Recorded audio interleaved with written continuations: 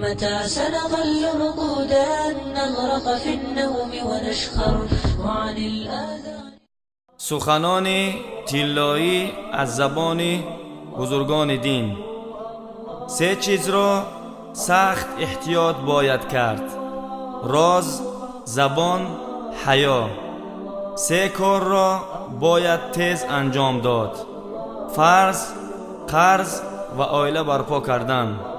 سه چیز را برای خودت دوست قرار بده: اخلاق خوب، قرآن پاک، عملی نیک. سه چیز را از روی دیانتداریت بردار: قلم، قدم و قسم. سه چیز را به حد سخت نگه دار: زبان، نفس و قهرت را. سه چیز را پاک نگه دار: جسم، لباس و فکر. سه چیز را همیشه در یادت گیر: مرگ، احسان و نصیحت. بر سه چیز عمل کن: یکم، سخن خیر بگو یا اینکه خاموش بنشین. دوم، همراه همسایه‌ات معامله خوب کن. سیوم، همراه مهمان نوازی خوب باید کرد.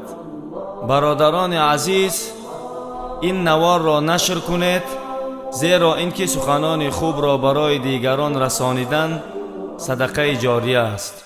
و السلام علیکم و رحمت الله و برکاته. إلهي جعل كتابك لي شفيعا وبلغني به الشأن الرفيعا.